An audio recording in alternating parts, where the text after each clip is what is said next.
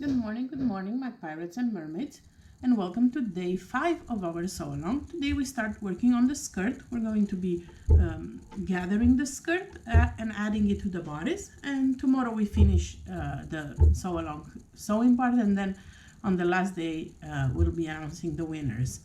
So for the skirt, I went ahead and sewed the side seams like you do with a normal skirt. Right sides together, match the front and the back of your skirt, and sew the side seams, which I did, and gave them a good press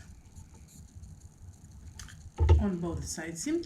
I also marked my center front and center back with a pin. I put it on fold and put a pin of about 6 inches down, so it doesn't bother me when I go and do the gathering. Whatever preferred way you have to mark the center of the skirt in the front and in the back, it's up to you. You can put a snip or you can put an actual pin. Just be careful when you're gathering to not break your needle. Excuse me, it's been a long week. Either way, find a way to mark the center of your front and the center of the back of your skirt. In my case, I put two clips on the back. You can see them here. And from the front, I put one clip. So now I have a big loop, big loop, making the dress. So either one of the options will have a big loop. So this is my skirt that we're gonna start to gather. For this particular pattern, I like to use the gathering with my sewing machine method, or the gathering with your serger method, not the elastic. I like to use the elastic method for the boundless, not for this.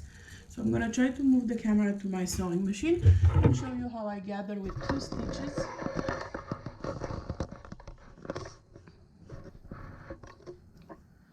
All right, so we're going to select a straight stitch. We're going to select the longest length. In my case, my machine gives me a 5.0 stitch length, and I'm going to lower my tension to I'm going to increase my tension to the maximum that the machine will give me. In my case is 9. So I like to do the longest length, highest tension for gathering. And I will do 2 rows of gathering for various reasons. First and foremost, 2 rows of gathering will give me nicer gathers, will give me more equal gathers versus just 1 row. Also, if you do 1 row and your thread breaks, it's not gonna be fun to pull the one thread that's broken, and then you have to redo it. So at least when I have 2 rows of gathers, I have a backup thread. And I'm going to be doing the first row a 1/4 of an inch away from the edge. The second row will be 5/8 of an inch, so slightly out of the 1/2 inch seam allowance. So 1 row will be inside the 1/2 inch seam allowance, and 1 row will be slightly out, so at 5/8 of an inch. This way, the one inside, you won't see it, you don't have to pull it out, and the one outside, it's easy to pull out the gathering stitches when we're done. So let's start with the first one, which is a 1/4 inch away. I'm going to, if your machine has it set up for cutting and back stitching, I'm disengaging those. I'm gonna pull a longer tail, this way I have something to pull with from my needle, and start gathering, and keep the seam allowance constant. The thinner the fabric, the tighter you'll get the gathers at the end. In my case, I'm using bamboo, so I'm getting a pretty tight gather. But I'm doing also a 2X skirt on a 1X bodice, so it will gather more than if I were to use just a 1X skirt. But because I'm pulling longer tails at the beginning and at the end, I'm gonna have enough, hopefully enough thread to go around to loosen the gathers a little bit should I need to do that.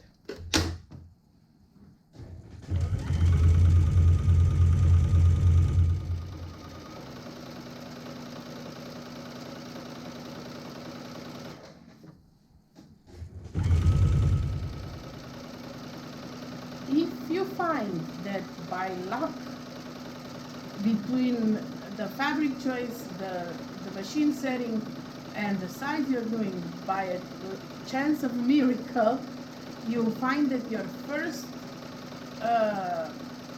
gather stitch gave you the exact length of your body's opening, you technically don't need the second one. You can just add this because you're not going to be pulling on the threads, and it's already equally gathered from your machine. So if you want to double check with your, so see, I'm pulling a long thread of tail of thread. This way I have, yeah, this is not going to be big enough. So I have my gathers pretty tight. So I'm definitely going to need to loosen them because this is my bodies and these are my gathers. So it's definitely not big enough. So I'm going to have to loosen my gather, not tighten them. It depends on your machine settings. So I'm going to go ahead and do my second row this way and leave long tails so I have enough to loosen my gathers, and then go from there.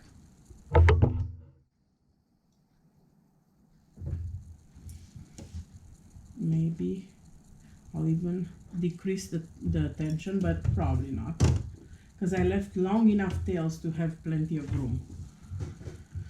All right, and this one, it's gonna be slightly over 1/2 inch.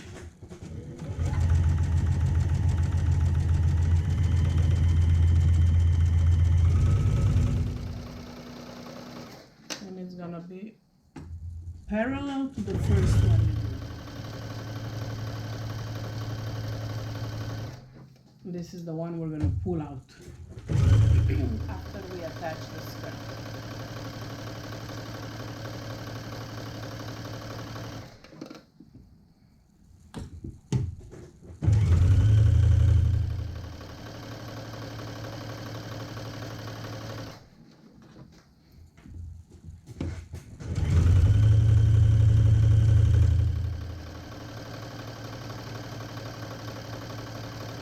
My only problem with gathering with the serger for this pattern is the seam allowance, because when you gather with your serger, you have a 1/4 inch seam allowance, and the pattern calls for a 1/2 inch seam allowance. So that means you have to remove 1/2 inch, but then you have not removed anything from the top. So when you attach the top to the skirt, you're gonna have to have the top a 1/4 inch out and remove that, and the skirt exactly at the same mark. I don't know if I'm making sense. To be sure to have the constant seam allowance. That's why it's easier, especially if you're a beginner and you're not comfortable with this, just to do as the pattern instructed with 2 rows of gathering stitches with your sewing machine, like I am right now.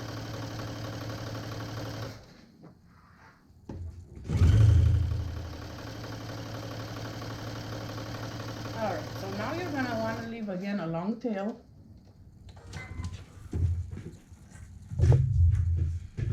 And let's see, I'll try to move you over to the desk. And start pinning the skirt to the top. So I have my side seams, easy. And I also need to find my center seams, the center points of the back and the front. So matching my side seams and putting 2 pins.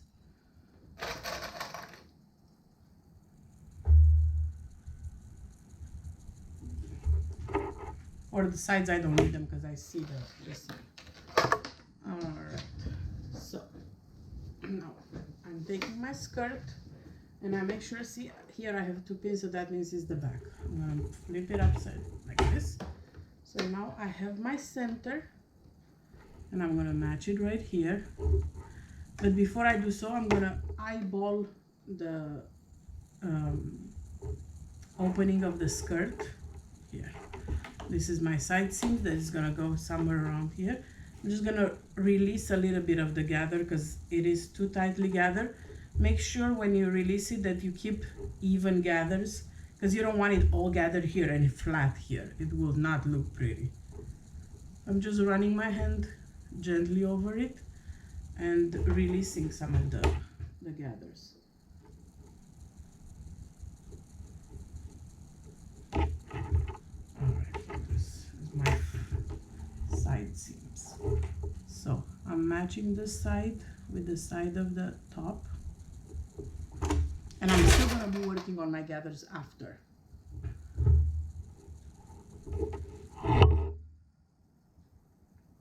The right sides together, of course.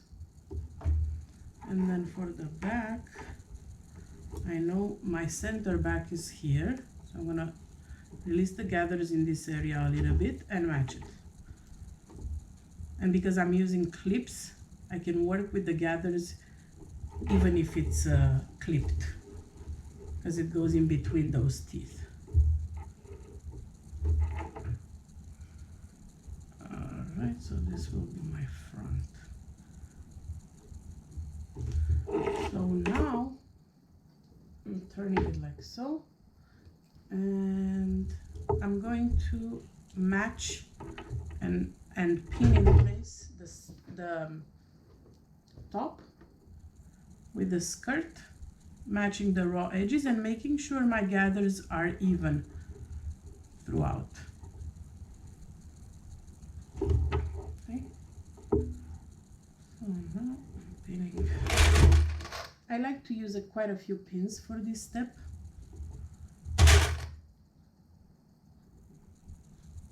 And then I will be sewing it with my serger. So here for this step, I don't have a problem sewing it with my serger.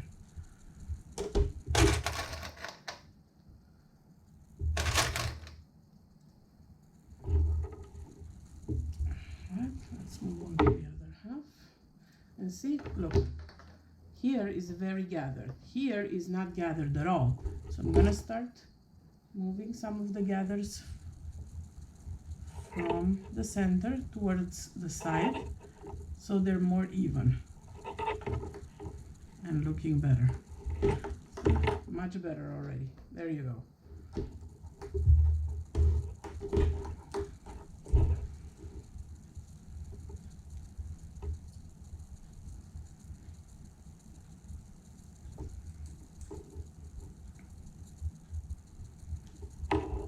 And pin in place. Probably today is the most difficult day of the sew-along. I do find this pattern to be very beginner friendly.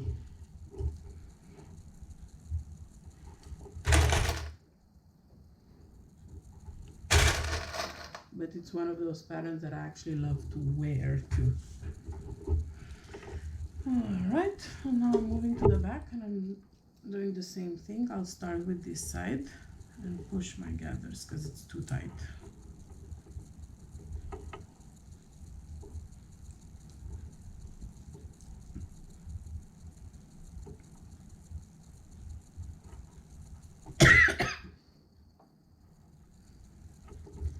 Pin in place. Excuse me.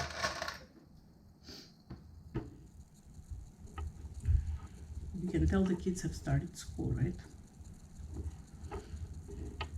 The germs they have been bringing home.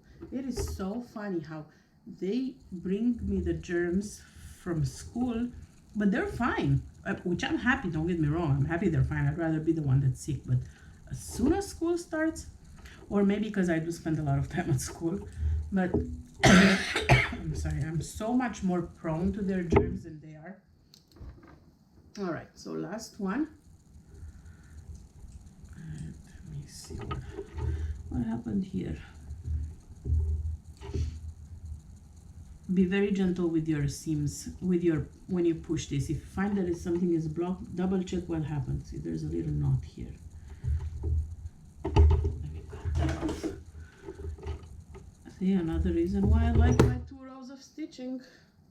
because now I know even if I cut that at the end, nothing bad is gonna happen.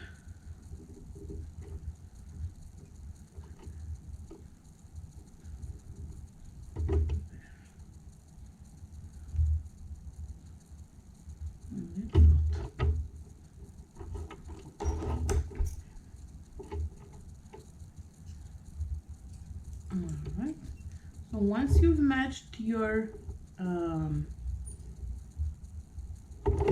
skirt to the bodice, you're gonna go ahead and sew it. If you use your sewing machine, make sure you use a straight stitch or a stretch stitch or a lightning bolt stitch, which is like a more narrow zigzag stitch. Come on, why are you not moving here? Something is stuck here. And my gather is not moving. Okay, now it should be good. Yep, now it's moving. If you're doing a serger, make sure you follow the 1/2 inch seam allowance.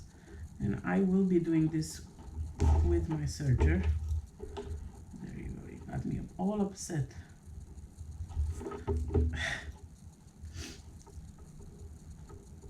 So I'm gonna be moving to the serger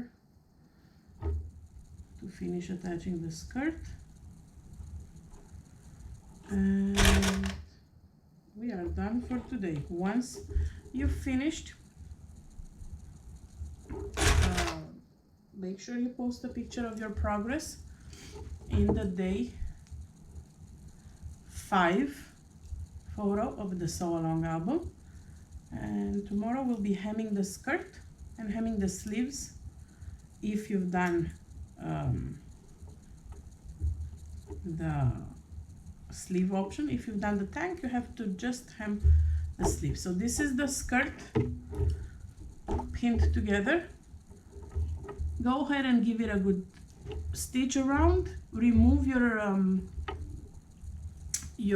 basting stitches, and optionally you can top stitch. You don't have to, but if you want to top stitch the seam at the top, you can. So I'm gonna go ahead and do that, and I'm gonna snap a picture when I'm done, post it in the day 5 comments of the sew along album, and I'll see you back here tomorrow when we'll be doing the bottom curved hem. Or if you've made the maxi, a straight hem. So that's easy. Talk to you guys soon. Bye.